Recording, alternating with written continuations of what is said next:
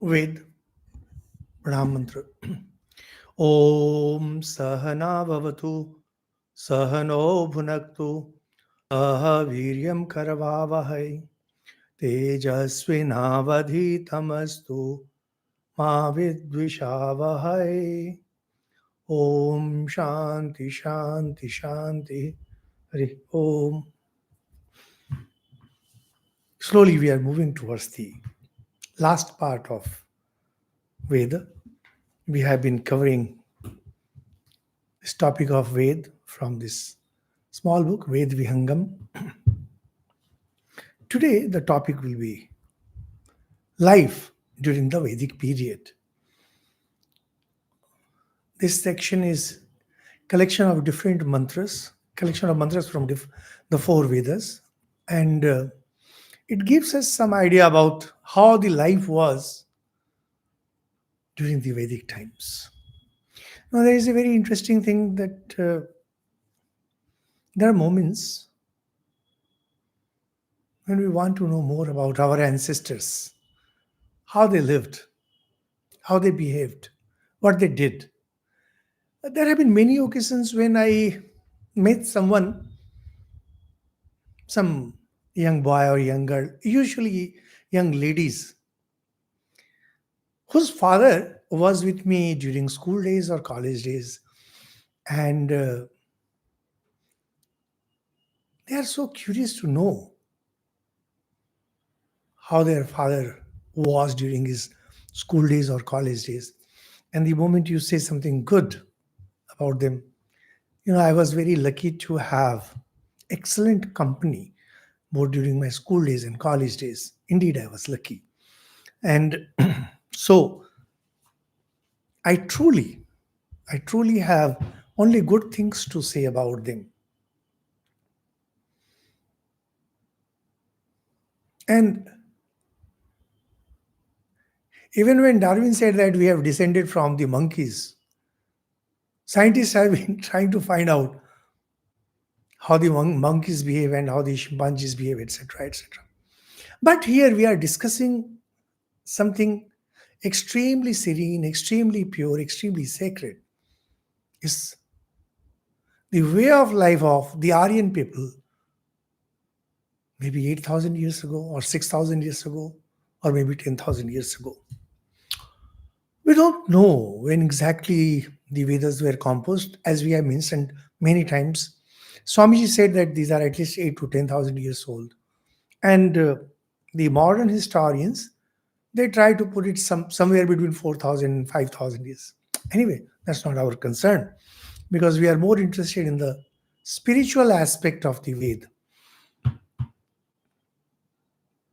When you want to know about the ancient times, about your ancestors, usually there are three ways to know about it. Now, we are not talking about an individual, we are talking about a community.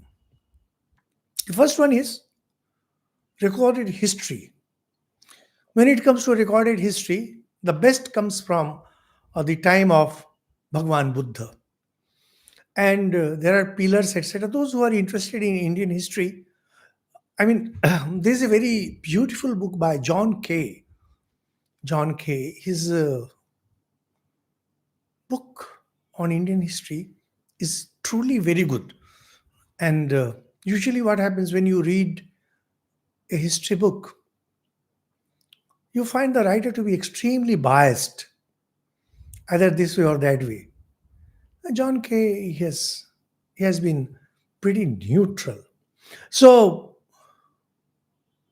and those, of course, those of you who have studied history already know it, that really documented history as it is understood begins more or less from the time of Bhagwan Buddha. And that is why the historians all over the world, they give any date to anything that is before Buddha. And that's how they try to put Gita after Buddha, and they try to put Upanishads and the Ved maybe 500 years or 1,000 years before Buddha.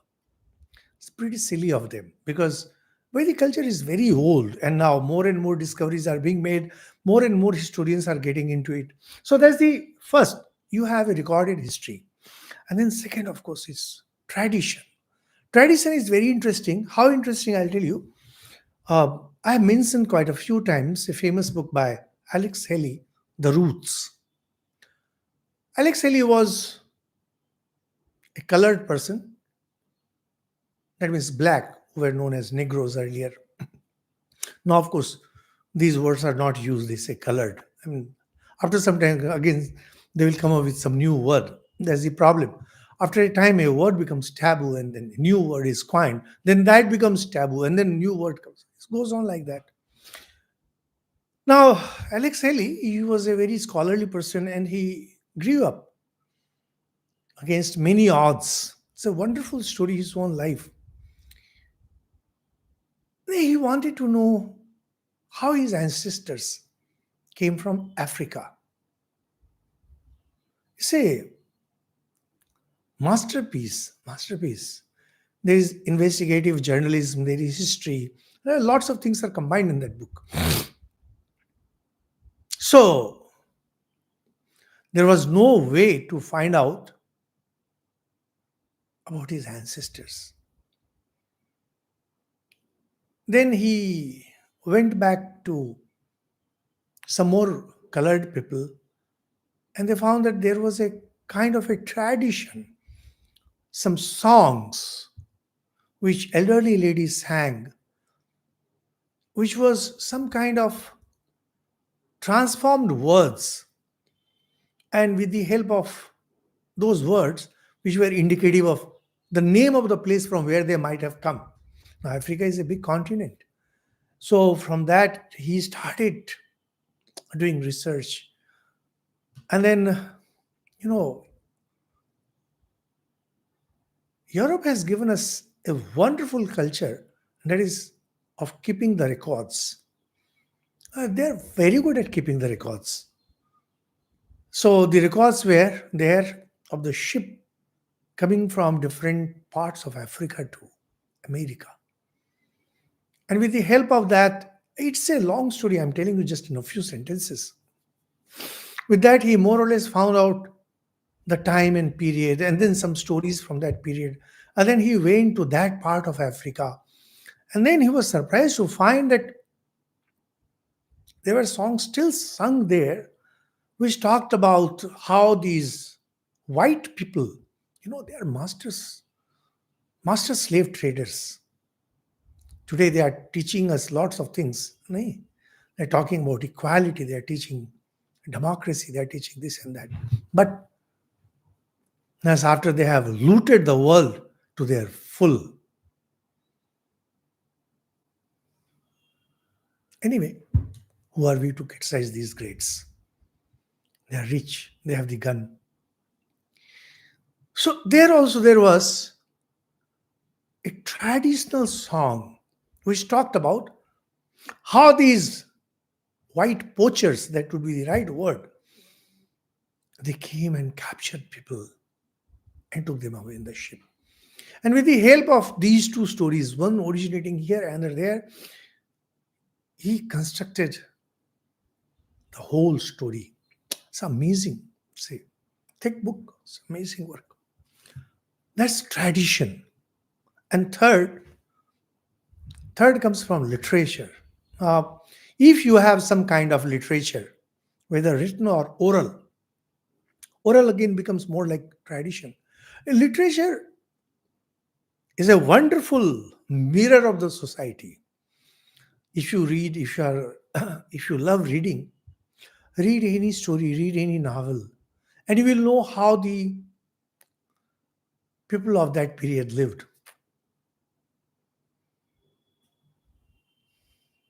They will be describing the trains. They will be describing like earlier stories. There will be tongas, and there will be palkis, and there will be boats.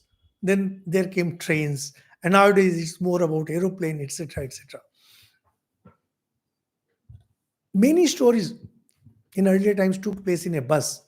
Now most stories take place in a car. So you can see how the society has been changing. Now, if you look at the four Vedas, you get such a wonderful picture of how people lived, particularly the Atharva Veda. Atharva Veda has so many verses that give us such a beautiful picture of how people lived, how they loved gambling.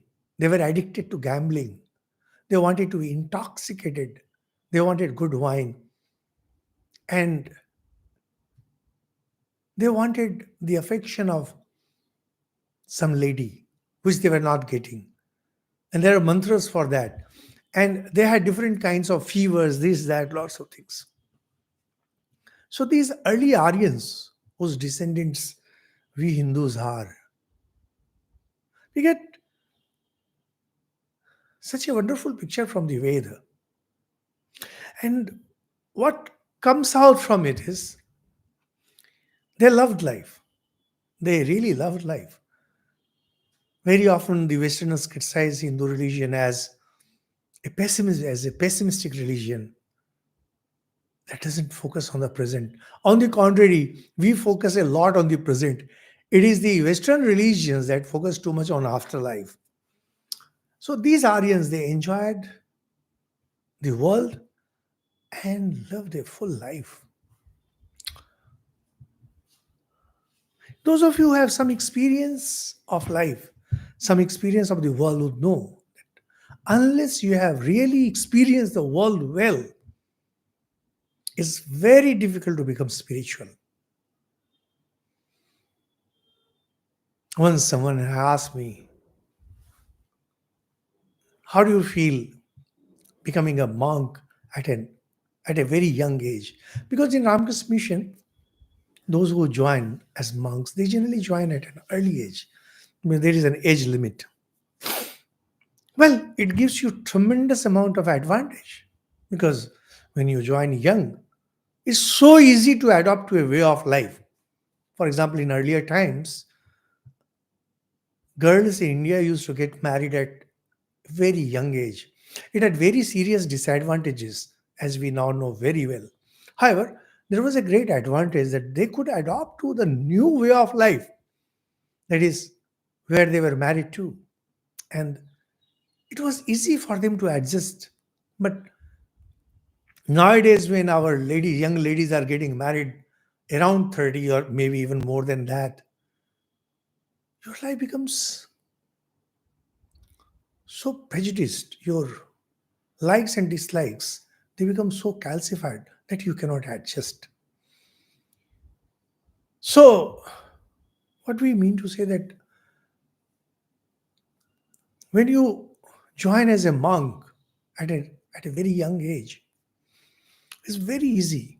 But you lose on a very important count, and that is you don't get the experiences of the world. And that's why when you grow up and you suddenly see something like, I know how I have made mistakes in life, and those mistakes were terrible. Like sometimes I behaved in a real uncouth way. And I used to ask questions which were pretty silly to people who belong to this society because my exposure to society was pretty poor. If you really want to grow in spiritual life, it's good to have experiences because then you're not uncouth. You don't act in a silly manner. But anyway, if you are totally dedicated to God, God will take care of you. I mean, whatever is needed, the experiences He will give. So, our ancestors, the Aryans, they truly lived a full life, as we can get from some of the verses that we have selected. The first one is from the Rig Veda, 10th book, because 10th book is a collection of all such things. It's about a just widowed woman. There's a young man, must be young, and he has been in some kind of war. That's not described what kind of war. This young warrior falls down. His wife comes running, embraces the dead body, and is crying piteously. Sometimes this kind of description we find in Ramayana and Mahabharata, not always, at times.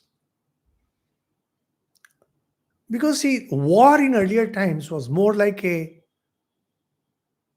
game, something like wrestling, boxing, etc. And there used to be onlookers. Those of you who know the history of Bengal would know that when Battle of Palasi was being fought, there were so many onlookers. It is said, I don't know, I mean, sometimes they like to malign Indian people. That's how the story might have been formed or rather framed. Onlookers were so many of them. If they had simply picked up one stone each and thrown at the British rule would have never taken place in India. But the famous apathy of the Indian people. You people are fighting, you fight. War is fought between the kings. It has nothing to do with the commoners.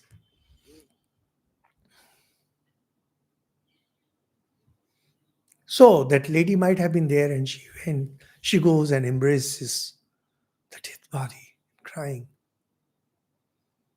And somebody from the family, all probably the younger brother of this warrior,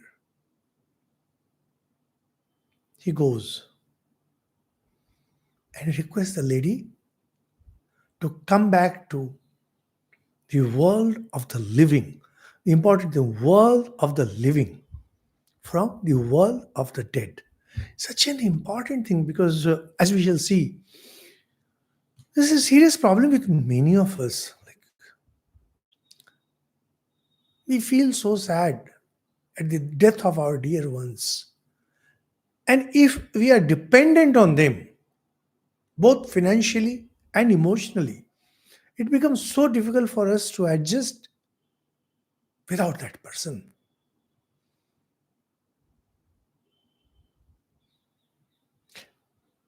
There have been cases when the other one has committed suicide because they felt that life is meaningless without the other one. Surprisingly, there are many more verses like that. Why?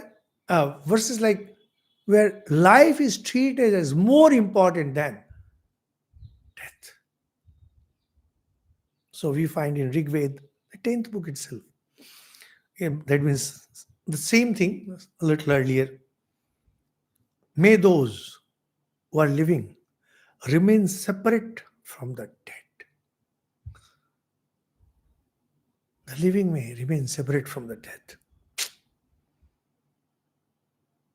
And let us go forward to dancing and laughter, assuming a longer and better life. Indeed, life is truly important. And this we have inherited from the Vedic times itself. It's so important. Life is so important because whatever you want to do, whatever can be done only when you are alive. Even if you want to die, that can be done only when you are on this earth, when you are living. For example, those who are dead, if they want, they cannot have a life. No, that's not easy. They cannot. They are so bound by the forces of nature that they cannot acquire life at will. But if we want, we can acquire death at our will. We can enjoy life in any way we want. We can have knowledge in any way we want. And if we want, if we struggle, then by the grace of God, we may even become Ajivan Mukta, liberated while in this body. Such a wonderful philosophy. This philosophy of life is so beautiful, so wonderful. Somewhere you know this. Swami Vivekananda at one place says that the psychic energy of a society, which includes spiritual energy, is as if fixed. Now, Swamiji has given us so many such ideas which is very difficult to prove or disprove. And he says, when you have some great people there, the psychic energy is as if sucked. If you ask me, I believe it.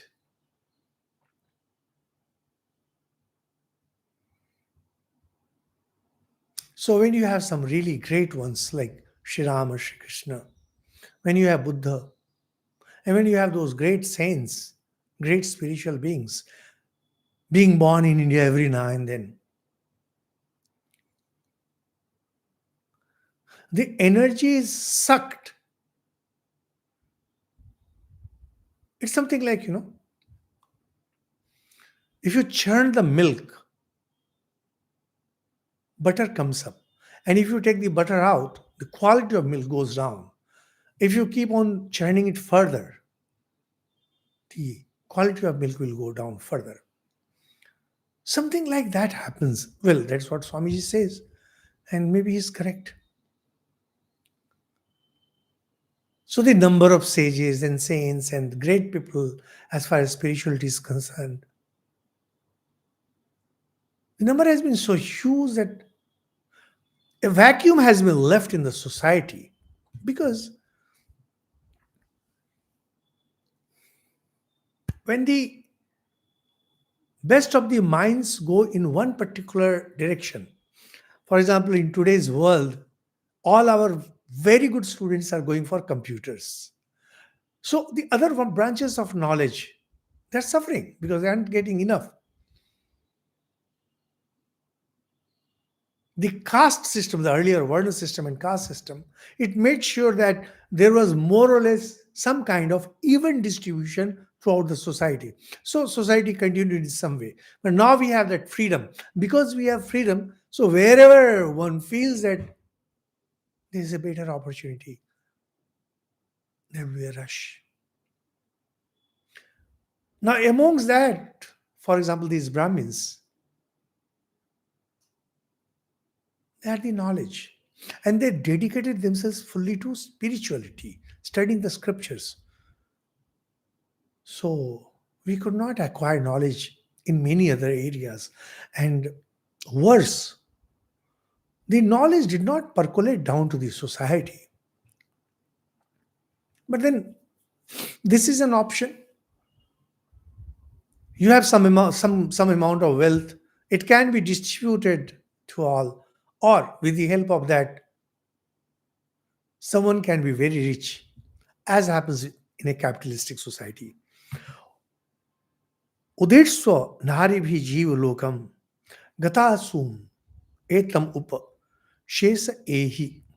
This is Rigved, 10th book, 18th chapter.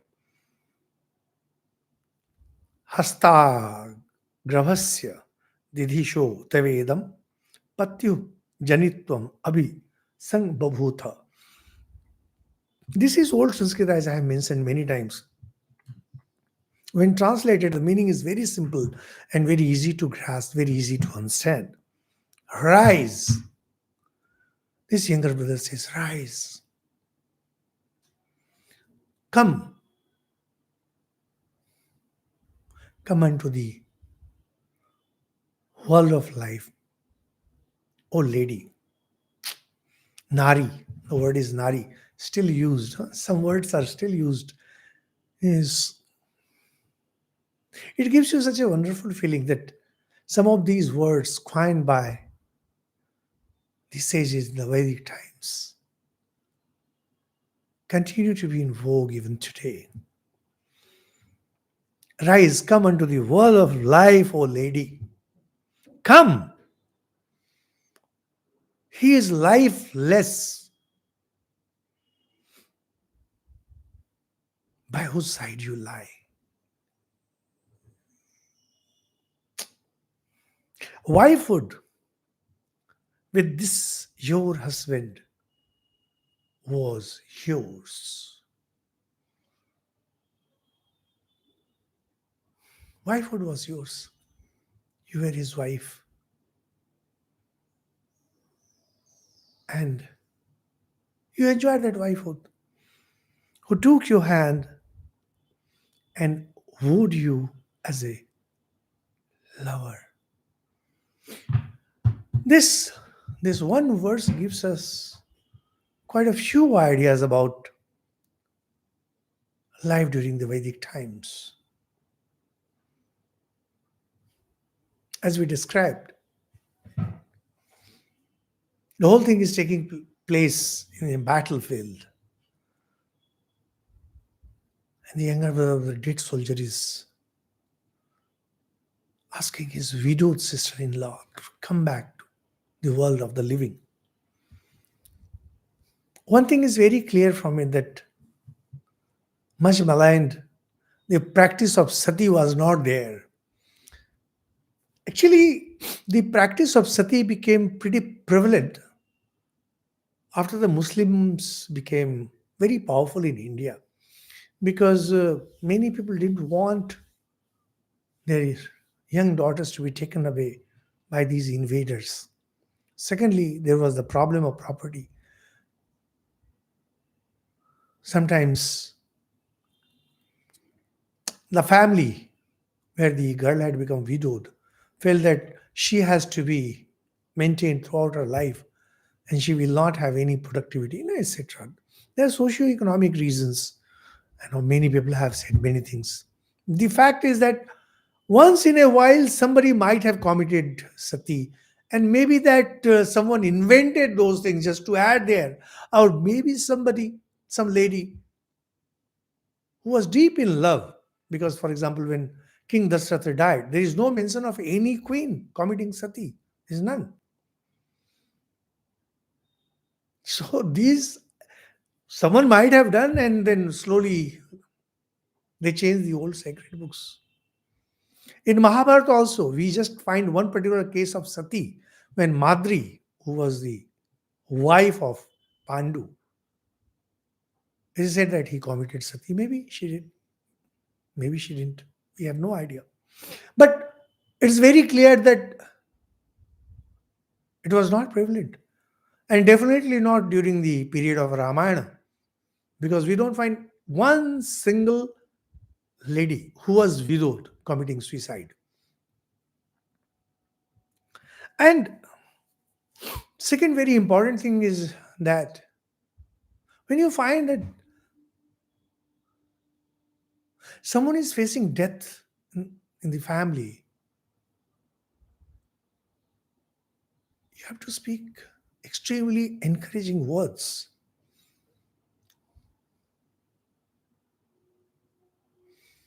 You have to speak extremely encouraging words. There is this, you might have, some of you might be knowing, we had a great mathematician in India, Ramanujan. And most of his knowledge came through intuition.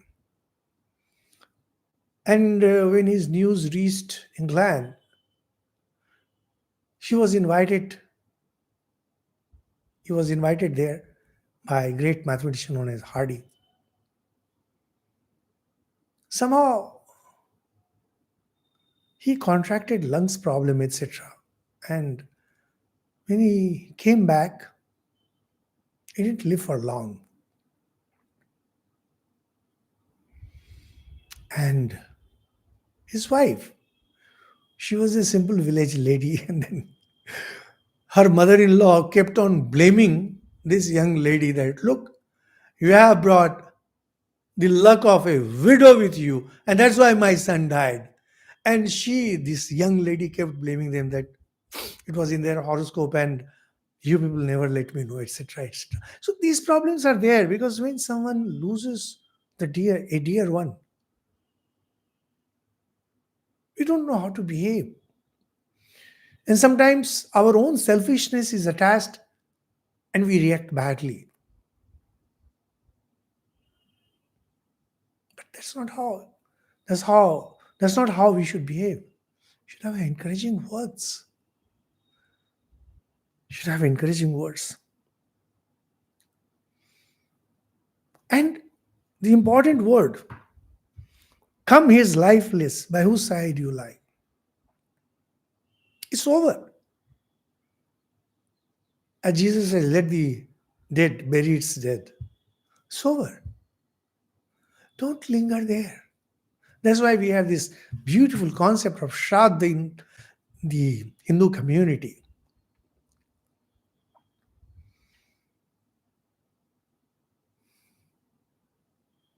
You give 10, 11 days time, and the embodied soul, Jivatma, it has to know through your rituals that its time on this earth is over and that Jivatma has to move ahead. As for the family, it has to accept the fact that it's all over. Nothing like rituals. Actually, rituals help us accept reality in a much better way. It's easy to say that rituals are all meaningless, etc. No, rituals are extremely important because that is the way to accept a changed reality. Reality keeps changing continuously. There's a young lady enjoying life in her home. She gets married. Reality has changed. So there will be some rituals, and there will be enough rituals to make her realize that that way of life has changed. Like when we took sannyas, when we became sannyas, if you know any sannyasi and talk to that person, he will tell you we have to go through so many rituals to go beyond rituals. Like, we don't follow any rituals as such, but to reach that, we have to go through many rituals because it is a changed reality for us. So, here, the Ved says that learn to accept the changed reality and behave accordingly. That's the encouraging word to every road movement. And in the same Rig we have a blessing, to a young lady, the daughter of the family who has just been married to somebody. Now, those of you who are well entrenched in the society definitely know things that change with marriage, both ways.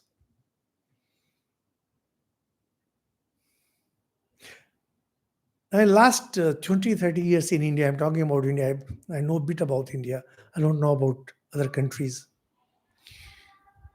Things have changed a lot in India. We don't know whether it is for good or bad because only history can tell you. Rather, when we reach the future and look back, that we would know whether or not it was good or bad. Now, one important thing is that married couple, they like to live alone. Father-in-law, mother-in-law, they are not welcome. And the problem of a married lady and her mother-in-law is universal all over the world. All over the world. Those who are living in other countries, they would know that this is a serious problem. Unless it's a very conservative society. If the society is not conservative, because even in the conservative society, the mother-in-law rules the family. To get rid of it, the modern society has got rid of mother-in-law, mothers-in-law. That no, don't interfere in our family. But it's very difficult to say whether this model will continue for long. Anyway, I'm not a soothsayer, so I cannot say what's going to happen. But till the other day, and starting 10,000 years back, or maybe 8,000 years go. The custom was that young bride was married off to a family. And as I said, it was a changed reality for her. There would be husband, whom probably she didn't know. But as we saw in the previous verse, where the, the mantra says that who was your lover? So maybe who wooed you? So there's a possibility that the future husband had interactions with the bride, or maybe she didn't. I mean, they didn't have.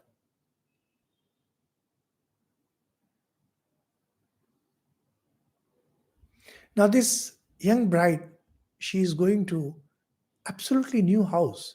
She doesn't know anybody there. Probably, I'm assuming it. Usually it happened. However,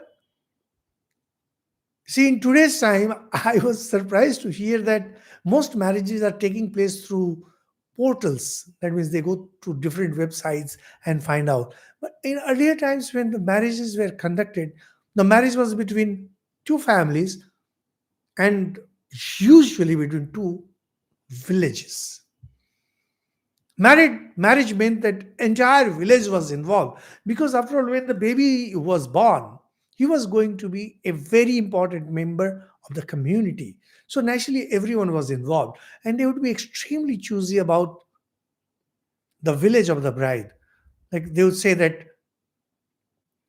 girls of that village, they are pretty quarrelsome. When we were young, we found it very funny. We used to know that young ladies from that village, they're pretty quarrelsome, and from that village they are greedy, things like that. Here, father of the bride is praying to Lord Indra to bless to bless her daughter. It's such a beautiful, such a cute thing. Imam Tom Indra Medhuva Suputram Subhagam Krinu Dashasyam Putranadehi Patim Ekadasham Kriti Samragi Swasure Bhava Samragi Swaswam Bhava Nanandari Samragi Bhava Samragi Adi Devrishu.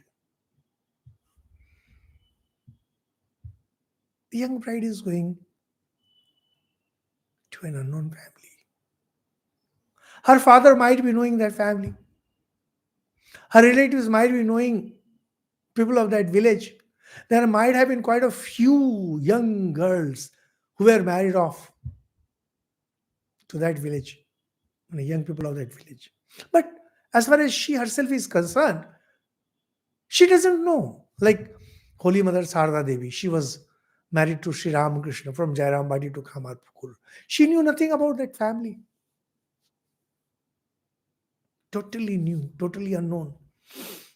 So he says, O bounteous Indra showers grace. Make this bride blessed in her sons and fortune. Nowadays, of course, young ladies, they do not want children. Many say that they don't want to have kids. And sometimes they even say, actually, I myself have heard it. They say that if need we will adopt. Why adopt when you're fit enough to produce kids? They don't want to have that trouble. Anyway, it's their choice. It says, make this bride blessed in her sons and fortune. May she have children. May she have very good fortune. It was believed in earlier times that when a new bride came, she entered as Mother Lakshmi, Goddess Lakshmi. And she brought fortune with her. That's why when there was some kind of mishap, some very important mishap, they would attribute it to a new bride. And that is when father-in-law and the elders, they intervene. They used to be extremely protective about their daughter-in-law. Although mother-in-law, they used to be quite harsh, strict, even cruel.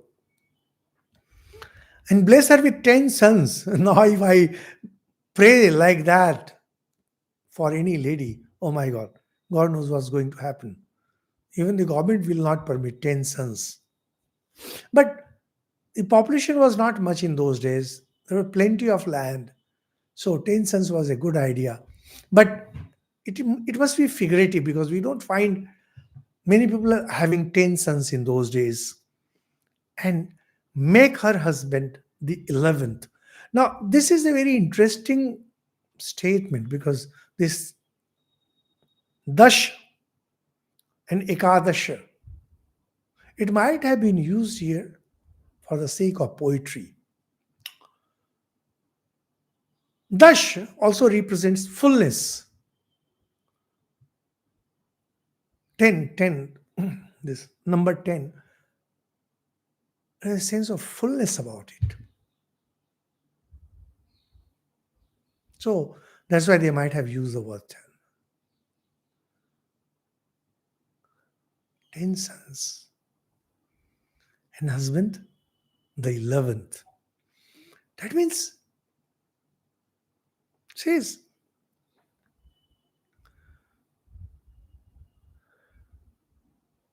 the husband should become so dependent on my daughter that he would be like the 11th son. And I don't know about the earlier times, but in the present times, I've heard it being said many times. Once I asked a lady, whom I didn't know very well, how many kids you have? And she said, I have two. Oh, acha, two? Yes. One my son, another my husband. And my husband is just like a kid. I found it very funny. That was some years ago.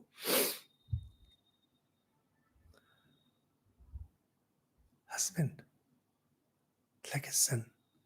And I'm told that as people grow old, they become more and more childish. And ladies, on the contrary, become more and more mature. Now, if you see an elderly couple,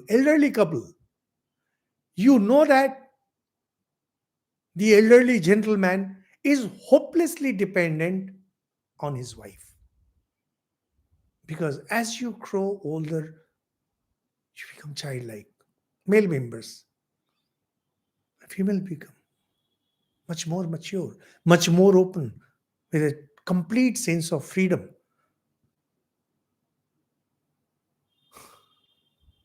In earlier times, there were restrictions on the young brides to talk with this person, that person. But once you crossed a particular age, once you became grandmother, there was no such restriction. So their personality bloomed. So if not on the first day, towards the last day of your husband, you are going to become his mother.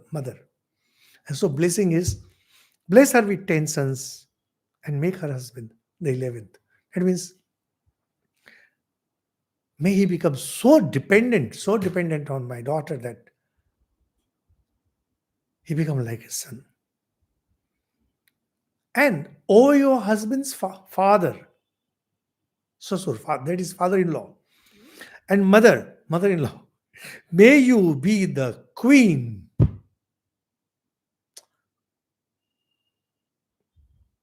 problem that's faced by young brides all over the world. I had read long ago. I had read one of those anecdotes that one lady went to visit her friend, another lady, and she was surprised to see how beautifully she maintained her house, spick and span, etc. And then she asked her friend, "How do you manage to have this?" And then the friend said, "I always think that my mother-in-law is arriving today. The fear of that makes me maintain the house well. so, so I found it pretty funny. Maybe I find fun in very small things. Over your husband's father and mother, may you be the queen. May they listen to you. And over the sister and brothers of your husband, rule supreme. See, father is always concerned about her daughter. It's said in India, you people, of course, know much better than what I know, that daughters are deeply attached to their mom because they instinctively feel oneness with their mom. However, as far as a father is concerned, a father usually, at least in India, I can tell you, he loves his daughter much more than his sons. Once I was talking to a gentleman in Delhi about this. He said that the reason is gave such a beautiful reason. He says, as far as son is concerned, some amount of selfishness is there because he expects that the son will look after me, etc., etc. But when it comes to daughter, it's unselfish love. And because it is unselfish love, because he doesn't expect anything from his daughter. So that love is unalloyed. Now, when the daughter goes to some other house, naturally is worried. So he wishes that his daughter have a great life. May she not face any kind of problem from any of the members. So specifically, father-in-law, mother-in-law, brother-in-law, and sister-in-law are mentioned. Of course, the words here in Indian tradition are different because in English, if you say daughter-in-law, you cannot make out what kind of relation there is between the two. But in Indian tradition, there are different words. And even the brother-in-law of both sides, if they're directly the brother, there is a word for it. And if they are cousin, there are different words for that. So actually, Indian tradition, Indian language, that highly rich. And here, see, Nandari and Adhi Devrisu, Devur. In Bengali, they say Devar, Deur, and Hindi Devar. These are such old words coming from there. So, that is the prayer for the daughter who is about to get married. Or rather, maybe she is going to her new home. She is going with her husband. So that's the blessing. So we get a very clear picture of see how when the daughter is going, there is one kind of blessing. And when a young lady becomes a widow, this another kind of wish. There is another kind of prayer. Then there is about caste, caste and duties. This is again a very interesting thing because caste is caste and woman. These things are so much discussed about in India. People say that Manusmriti should be burned down. I regularly get these comments on our YouTube that Manu discriminates against women and Shudras. No, Manu doesn't. He just codifies what was being practiced. But Manu has highest regard for women. If you are interested, you can listen to our talks on Manusmriti. In one single talk, in the playlist named Fundamentals of Hinduism or Hinduism, that series. And in Bengali, the whole thing is explained. In Hindi also, the whole thing is explained. In the Vedic time, duties based on caste had not yet become crystallized. Like members of the same family could take up different kinds of jobs. Says Karurham tato bishak upala prakshini nana nana dhiyo vasu yavoho anu gayavat indraya indo parishrava. The meaning is actually very simple. Karuhu. Karu is the reciter of the hymns. That means whenever there was some kind of yajna, whenever there was some kind of prayer or some kind of worship going on, he would go and recite the Vedic verses. That means he was well versed in Vedic verses. Whereas I am a reciter of him, and my father is a healer. He was some kind of a doctor. You will be surprised to know again that the doctors didn't command respect, Vaidya. They didn't command respect, much respect in the Indian society. They were considered pretty lower, doctors.